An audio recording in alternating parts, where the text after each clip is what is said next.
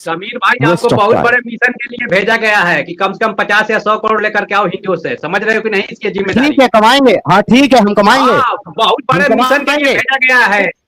बिल्कुल। हाँ बिल्कुल, हम मिशन तुमको कमाएंगे। याद रहे, आप पूछना। कह रहे हो, सुनो सुनो ना, आप कह रहे हो 50 करोड़, हम कह रहे हैं कि हम 500 करोड़ कमाएंगे। लेकिन हम वो 500 करोड़ कमा करके इस एक्स मुस्लिम मूवमेंट को आगे बढ़ाएंगे, इस एक्स मुस्लिम मूवमेंट को मजबूत करेंगे, ताकि तुम्हारी जड़ खोदने वाले कम से कम 50 करोड़ एक्स मुस्लिम खड़ा कर सकें। तो उन 50 करोड़ एक्स मुस्लिम को खड़ा करने के लिए हम 5,000 करोड़ कमाएंगे।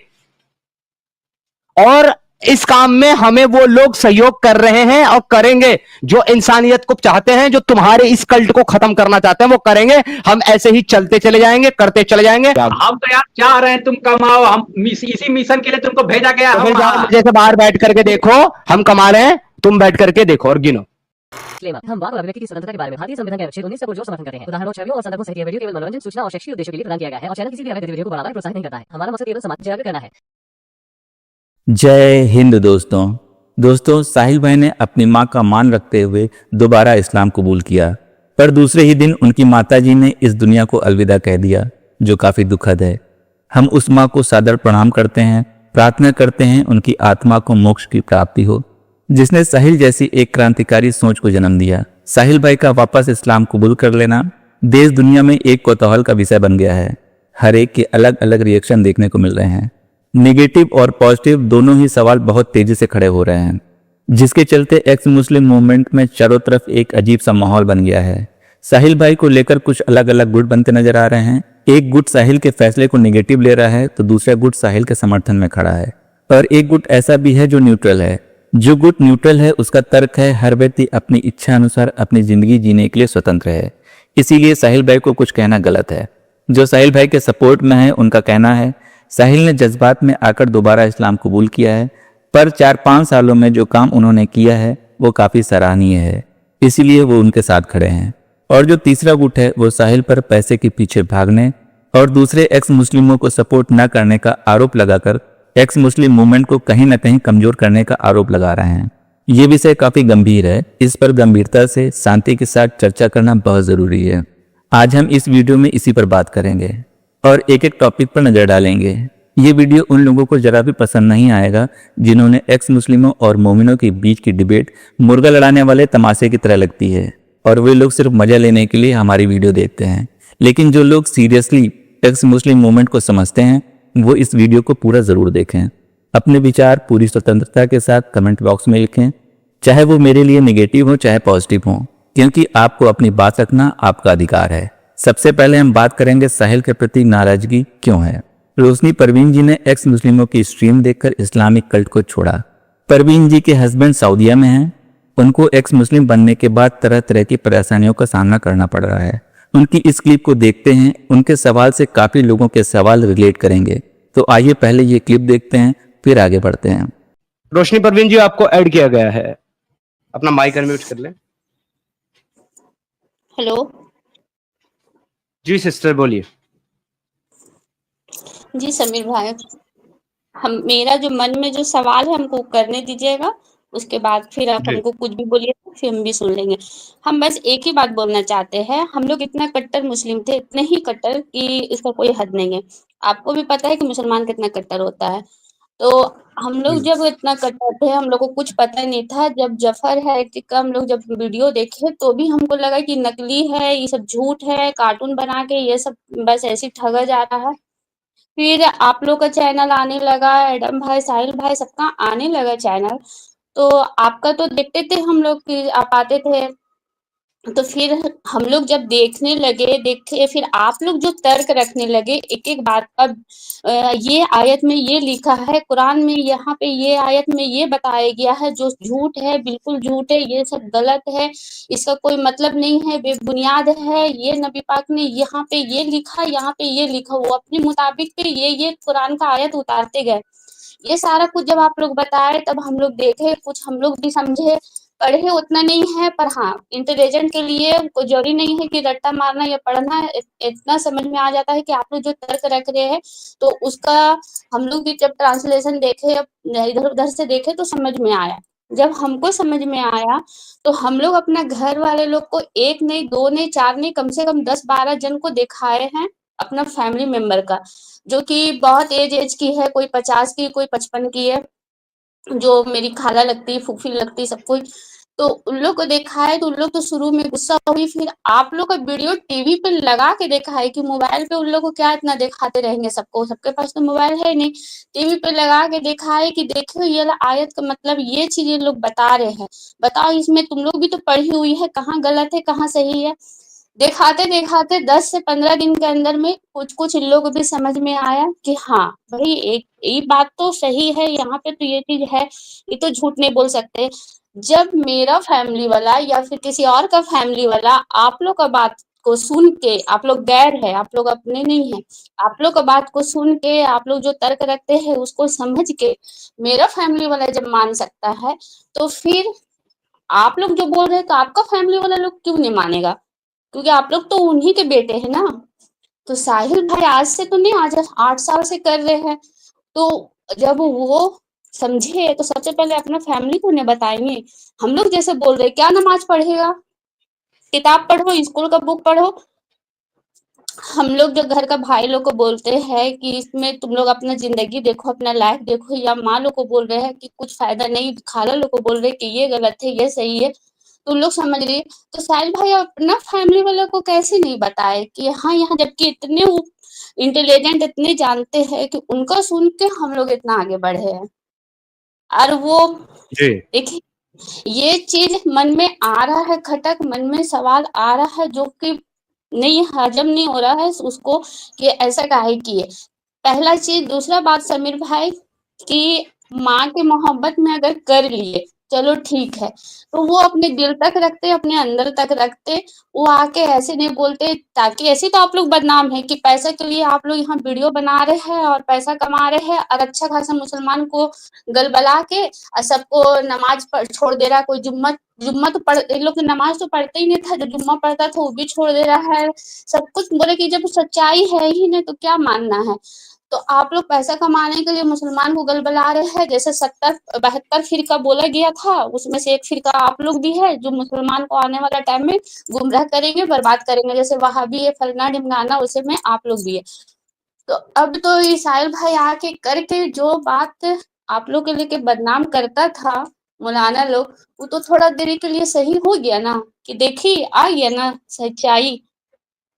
उनको अपने माँ के लेके ऐसे लाइव में आके नहीं बोलना चाहिए था कि हाँ, हम इस्लाम कबूल कर रहे हैं। इस्लाम कबूल करना यानी कि पूरा कुरान पढ़ना, 5 वक़्त का नमाज़ पढ़ना, पूरा इस्लाम को फिर से एकदम बारीकी से फ़ॉलो करना। अपना वो नहीं बहन, आपकी जो बात है उसमें एक थोड़ा-सा करेक्शन है। देखिए, उन्होंने ये नहीं कहा है कि मैं इस्लाम कबूल कर रहा हूँ, फर्स्ट ऑफ ऑल तो उनका ये बोले सेंटेंस नहीं थे था। समीर भाई बोले थे, सुन समीर लीजिए, सुन लीजिए, भाई सुन लीजिए। मेरा हेडलाइन जवाब में लिखा मेरा था जवाब मेरा जवाब सुन लीजिए, वो वीडियो मैंने भी देखा है, कई बार देखा है। मेरा जवाब सुन लीजिए। उन्होंने कहा है कि मैं इस्लाम को डिफेंड नहीं कर सकता। तो कल कोई आदमी आकर के अगर मुझसे पूछे तुमने इस्लाम को एक्सेप्ट किया है तो क्या अच्छा लगा, क्या सही लगा, क्यों किया? तो भाई मेरे पास कोई जवाब नहीं है। I can't defend that. मैं अपनी माँ की वजह से अपनी माँ के ईमान इस्लाम पे कबूल ईमान कर ला रहा रहे हैं। हूँ। हाँ, नहीं, नहीं, नहीं। इस्लाम कबूल कर रहे हैं। ईमान पे ईमान अरे मेरी बहन 1 मिनट होल्ड ऑन। हमेशा चीजें वैसी नहीं होती। अगर आप कुछ चीजें एज्यूम समझते हैं, सोचते हैं तो ठीक है, वो आपकी सोच है, आप सोच सकते हैं। उनके जो वर्ड्स हैं उनको आप सुने। उन्होंने कहा कि मैं अपनी माँ के ईमान पे ईमान लाया हूँ। तो मेरी बहन, माँ का ईमान तब तक था जब तक माँ थी।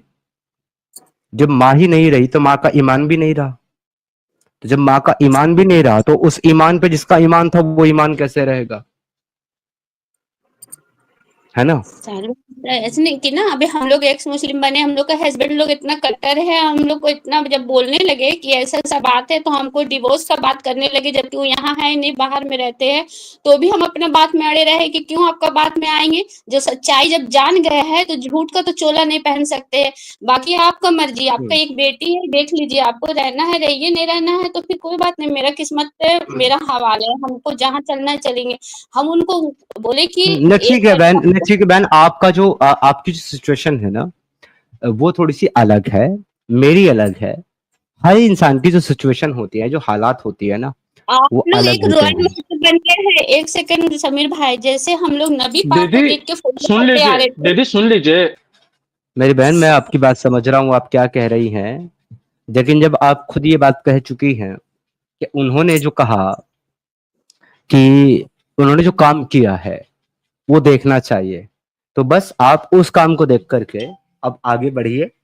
मुझे उम्मीद है कि आगे चल करके वो हमारे साथ वापस रिजॉइन करेंगे और हम इस काम को आगे लेकर के जाएंगे, और लोगों को भी हम आगे जो है ना, इस मोमेंट में, इस मुहिम में जोड़ेंगे। बोलेंगे कि मेरा भी कुछ पर्सनल है, इसलिए हम भी छोड़ रहे हैं, इस्लाम कबूल कर रहे हैं, मेरा भी बेटी का सवाल है, किसी का भी सवाल है, तो वो सब थोड़ी होता है। गौतम बुद्ध जो है वो तो अपना सारा कुछ छोड़ दिए, जबकि उनकी वाइफ प्रेग्नेंट थी और डिलीवरी हुआ था और वो चले गए, तो फिर वो बोली कि हम भी जाएंगे साथ में, तो बोले तुम देख लो, फिर बच्चा छोड़ना पड़ेगा। तो ऐसा नहीं होता है ना। और करना था तो वो चुपचाप कर सकते थे, जब उम्रा चुपचाप कर सकते थे तो इस्लाम भी चुपचाप कबूल कर सकते थे। ये चीज है, थोड़ा सा आप लोग जो है ना, ये चीज को बोलना है। ये दिल मान नहीं रहा ना, दिल नहीं गवारा कर रहा है। आप लोग को मान के हम लोग इतने हिम्मत करके आगे बढ़ रहे हैं, आप लोग को बात सुन के आपकी बात ठीक है रोशनी जी, आपकी बात ठीक है। मैं यही कहूंगा अभी आपको इस वक्त तो कि आप थोड़ा सा संयम रखें और थोड़ा सा धैर्य रखें, सब ठीक हो जाएगा। ये हालात है इस वक्त के, थोड़ा सा आपको और हमें जो है सब्र से काम लेना होगा, कुछ टाइम वेट कीजिए, सब ठीक हो जाएगा।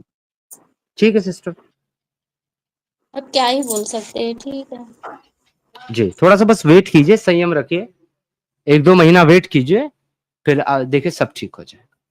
परवीन जी का सवाल एकदम जेन्युइन है। हाँ, हालात अलग अलग हो सकते हैं। यहाँ एक पॉइंट पर ध्यान देना बहुत ज़रूरी है। अगर साहिल इस्लाम दोबारा कबूल नहीं करते तो क्या वो अपनी माँ के जनाजे में शामिल हो पाते? ये बात हम लोगों को अच्छी तरीके से समझनी चाहिए, और ये बात मैं प्रैक्टिकली कह रहा हूँ। अब दूसरा पॉइंट आता है साहिल का पैसा बनाना। तो जनता ने अपने मन से साहिल को पैसे दिए, जिस पर कोई रोक टोक नहीं कर सकता। इस सवाल पर बात करना टाइम वेस्ट होगा।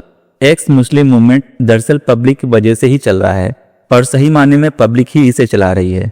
जो एक्स मुस्लिम इस मूवमेंट से जुड़े हैं, पब्लिक उनको चाहती है, उनका सपोर्ट करती है। ये सीधी सी बात है। पब्लिक चाहे तो एक्स मुस्लिम मूवमेंट को खत्म कर सकती है, और चाहे तो एक पल में कहां से कहां पहुंचा सकती है। मैं कोई बहुत बड़ा बुद्धिजीवी नहीं हूं। पिछले 3 सालों से अपनी छोटी सी बुद्धि के साथ, बिना किसी के आर्थिक मदद लिए, छोटी छोटी वीडियो को फैलाकर लोगों को जागरूक करने का काम कर रहा हूं। मैं अपनी बात रखकर सिर्फ सुझाव दे सकता हूं। सबसे पहले तो मैं ये कहूंगा कि सिर्फ 10-5 एक्स मुस्लिमों से ये मूवमेंट नहीं संभाला जाएगा। सैकड़ों तादाद में एक्स मुस्लिमों को आगे आना होगा, और हम सबको मिलकर उनका सपोर्ट करना होगा। सबसे विशेष बात यह है कि वो अपना जीवन यापन आसानी से कर सकें, ना कि जनता के पैसे से अयासी की जाए। इसीलिए हर एक एक्स मुस्लिम को थोड़ा थोड़ा सपोर्ट जरूर करें। सिर्फ 1-2 चैनलों पर फोकस करने से एक्स मुस्लिम मूवमेंट चलने वाला नहीं है।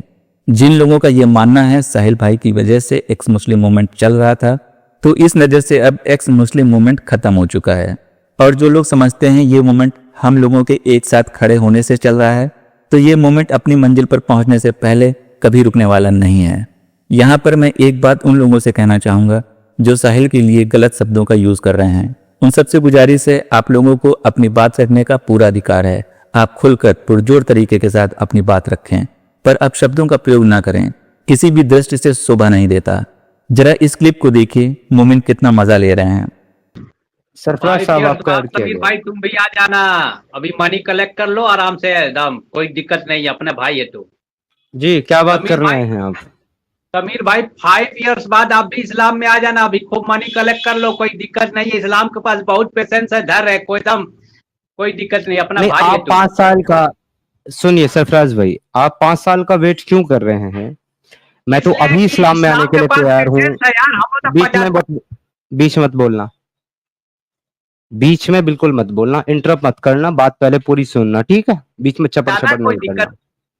चुप हो जा भाई, चुप हो जा। मैं तेरे को बैक स्टेज क्या हूं ताकि तू चुप हो जाए, पर तू बैक स्टेज में भी चुप नहीं हो रहा। सुन ले भाई, 5 साल तुम्हें मुझे इस्लाम में लाने के लिए इंतजार करने की जरूरत ही नहीं है। मैं अभी इसी वक्त इस्लाम कबूल करने के लिए तैयार हूं। बस तुम मुझे सामने इस्लाम को अच्छा और सच्चा साबित कर दो। अभी हाँ accept कर एक लो। सेकंड, अभी कर रहा हूँ। जो घटना घटी वो 15 दिन पहले हम लोग को पता थी कि साहिल भाई मैं तुमसे घटना पे बात नहीं कर रहा हूँ। अब मैं तुमसे इस्लाम कबूल करने पे बात कर रहा हूँ। तुमने कहा कि 5 साल बाद में आऊंगा। मैं कह रहा हूँ 5 साल का इंतजार क्यों करना, अभी इसी वक्त मैं कलमा पढ़ने के लिए तैयार हूं। बस आप मुझे इस्लाम में के लिए कन्विंस कर लो। कम से कम 50 करोड़ कमा के आओ तुम। आप मुझे इस्लाम के लिए कन्विंस कर सकते हो, हाँ या ना? बस इतना अभी बताओ। नहीं, 50 करोड़ कमा के आओ। ओके, तो जब आप मुझे इस्लाम के लिए कन्विंस कर ही नहीं सकते, तो जब आप कन्विंस कर सको तब मेरे पास आ जाना। मैं कन्विंस होकर इस्लाम कबूल कर लूंगा जब आप कन्विंस कर सकते होंगे। और अगर आप कन्विंस नहीं कर सकते तो चाहे तो आज और चाहे तो 10 साल बाद, अगर मैं इस्लाम कबूल करता भी हूं तो आपके इस्लाम को अच्छा मान करके और आपके इस्लाम को सही मानकर और आपके खुदा को सच्चा मानकर तो कबूल नहीं करूंगा। ये तो बात तय है। तो फिर उसमें आपका कोई कमाल नहीं, आपके मजहब का कोई कमाल नहीं। तो फिर आप काहे इतना खुद फुदक रहे हैं भाई, जब आप अपने मजहब को अच्छा सच्चा साबित कर ही नहीं सकते? नहीं, क्यों फुदक क्या रहे हैं बोलते हैं, हम चाह रहे हैं कि तुम 50 करोड़ कमा के आओ ना यार। अरे तो मेरे 50 करोड़ कमाने से तुझे क्या फायदा है? तुझे थोड़ा ना 25 दे दूंगा भाई, तुझे थोड़ा जब ना मिल लेके जाएंगे। आओगे अबे तो तू क्यों परेशान है? मदरसा खुलेगा, बच्चे पढ़ाई करेंगे यार, इसीलिए तो कर 50। बच्चे, बीवी, माँ, बाप, भाई, बहन, सब पहले ही छोड़ चुका हूं मैं। सब कुछ पहले ही त्याग चुका हूं। मेरे विषय में अगर बात करता है तो मेरी कोई कमजोरी और कोई मजबूरी नहीं है, कोई भी नहीं। मेरे मां बाप ने मुझे सरकारी पेपरों में, सरकारी कागजात में, कोर्ट में बेदखल कर दिया और उसके बाद उन्होंने सारे रिश्तेदारों को यह कह दिया कि हमारा वो बेटा मर गया। अब सामने वाला जब कोई बात कर रहा हो तो बीच में नहीं बोलते जाहिल, तो चुप करके बैठ जा। तुझे तो पैनल पे रखना ही इम्पॉसिबल है बात करने के लिए, तुझे तो सिर्फ बैक स्टेज में रख करके बात कर सकता हूं मैं। और फिर तो कहता है मुझे बैक स्टेज करते हो। तो भाई चुप होकर के बात तो सुन ले। तो मुझे मेरे माता पिता ऑफिशियली सरकारी कागजों में और अपने मन से वो मेरे को मरा हुआ, बैक स्टेज बैठ, उधर बैठ के सुन, तो वो मुझे मरा मान चुके। और मैं जिस दिन अपना घर छोड़ करके 2021 के लास्ट में या शायद 22 के स्टार्ट में मैं जब अपने घर से निकला था तो मैंने अपने सर के ऊपर अपना सफेद रुमाल रख लिया था और मैंने पीछे मुड़ के एक बार नहीं देखा था अपने घर की तरफ, क्योंकि मैं ये मान चुका था कि आज से मैं मर गया। और जब मैं ही मर गया तो फिर मां बाप, बेटा बेटी, भाई बहन के रिश्ते भी मर गए। मैं मर चुका हूं भाई। अब जो पहले ही मर गया वो किसी के मरने का ना तो दुख मनाएगा, ना किसी के पैदा होने की खुशी मनाएगा, और ना उसे किसी के मरने में जाने की जरूरत है। I am already dead, I am already dead. और ये तो मैं मन से मर गया था, और स्पिरिचुअली मैं उस दिन मर गया सारे रिश्ते नातों के लिए जिस दिन मैंने श्रीमद् भगवत गीता पढ़ ली। अब मुझे समझ में आ गया कि रिश्ते क्या है और इंसान को दुनिया में क्यों भेजा गया और क्या करना चाहिए। So that's I am doing, वो मैं कर रहा हूं। सो अब तुम लोगों को अगर मुझे इस्लाम में लाना है तो तुम्हारे को 5 साल वेट करने की जरूरत नहीं। आज अभी इसी वक्त मुझे इस्लाम के लिए कन्विंस करो। मैं अभी कलमा पढ़ करके अभी जाकर के अपने मां बाप, अपने बीवी बच्चों से मिलूं इसी वक्त, सब छोड़ छाड़ करके। और तुम वो नहीं कर सकते तो फिर तुम्हारा उछलना और तुम्हारा कूदना और तुम्हारा फांदना सब बेकार है। एवरीथिंग इज समीर भाई, आपको बहुत बड़े मिशन के लिए भेजा गया है कि कम से कम 50 या 100 करोड़ लेकर के आओ हिंदुओं से। समझ रहे हो कि नहीं इसकी जिम्मेदारी? ठीक है, कमाएंगे। हाँ ठीक है, हम कमाएंगे। बहुत बड़े मिशन के लिए भेजा गया है। बिल्कुल, हाँ बिल्कुल हम कमाएंगे। याद रहे, आप कह रहे हो, सुनो सुनो ना, आप कह रहे हो 50 करोड़, हम कह रहे हैं कि हम 500 करोड़ कमाएंगे, लेकिन हम वो 500 करोड़ कमा करके इस एक्स मुस्लिम मूवमेंट को आगे बढ़ाएंगे, इस एक्स मुस्लिम मूवमेंट को मजबूत करेंगे, ताकि तुम्हारी जड़ खोदने वाले कम से कम 50 करोड़ एक्स मुस्लिम खड़ा कर सकें। तो उन 50 करोड़ एक्स मुस्लिम को खड़ा करने के लिए हम 5,000 करोड़ कमाएंगे, और इस काम में हमें वो लोग सहयोग कर रहे हैं और करेंगे जो इंसानियत को चाहते हैं, जो तुम्हारे इस कल्ट को खत्म करना चाहते हैं, वो करेंगे। हम ऐसे ही चलते चले जाएंगे, करते चले जाएंगे, और तुम्हारे पिछवाड़े में आग जलती जली चली जाएगी। कोई नहीं बुझा सकता तुम्हारी आग, हम ऐसे ही जलाएंगे तुम्हारी आग। हम तो यार चाह रहे हैं तुम कमाओ, हम इसी मिशन के लिए तुमको भेजा गया। तो फिर जाओ मुझे से बाहर बैठ करके देखो, हम कमा रहे हैं, तुम बैठ करके देखो और गिनो। तुम देख बैठ करके गिनते रहो, बस हिसाब रखो। तुम सिर्फ अब 2 चीजों का हिसाब जोड़ोगे, कितने एक्स मुस्लिम गए, कितने एक्स मुस्लिम हो गए, और कितने पैसे आए, बस इसी का बैठ करके हिसाब जोड़ो। मोहम्मद के काले कारनामों का और मोहम्मद के पापों का बही खाता तो तुम लोग नहीं संभाल सकते। तुम अब एक्स मुस्लिम के सुपर चैट का और एक्स मुस्लिम के कंट्रीब्यूशन का बही खाता देखो, यही तुम्हारा काम रह गया। अब मोहम्मद के बही खाते नहीं तुम संभाल सकते, उसके कारनामों की लिस्ट नहीं तुम संभाल सकते। तुम बैठ करके अब एक्स मुस्लिमों की बढ़ती हुई तादाद देखो, और इनका बढ़ता हुआ रुतबा देखो, और इनका बढ़ता हुआ वजूद देखो, यही तुम्हारा अब औकात रह गई है। दोस्तों, अंत में मैं इतना कहना चाहूंगा, अगर डोनेशन की अच्छी खासी मोटी रकम मेरे पास आने लगे तो मेरी भी छोटी सी बुद्धि में दुनिया भर की खुराफात आ जाएगी, जबकि मैं अपनी जिंदगी की आधी पारी खेल चुका हूं, और मैं समझता हूं दूसरों के दिमाग में भी ये बात आ सकती है। इसीलिए इस मूवमेंट को चलाने के लिए हर एक एक्स मुस्लिम की उतनी मदद जरूर करें जिससे वो हंसी खुशी अपना जीवन चला सके, अपनी ज़रूरतों को पूरा कर सके, ना कि उसे अय्यासी करने का मौका मिले। मैं यहाँ पर किसी पर कोई एलिगेशन नहीं लगा रहा हूँ, मैं सिर्फ आम जनता से गुजारिश कर रहा हूँ, संदेश दे रहा हूँ, please help all x Muslims. दोस्तों, मेरी इस छोटी सी बुद्धि में जो बात आई मैंने आपके सामने रख दी।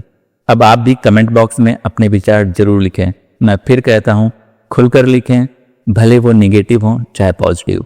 जय हिंद, वंदे मातरम।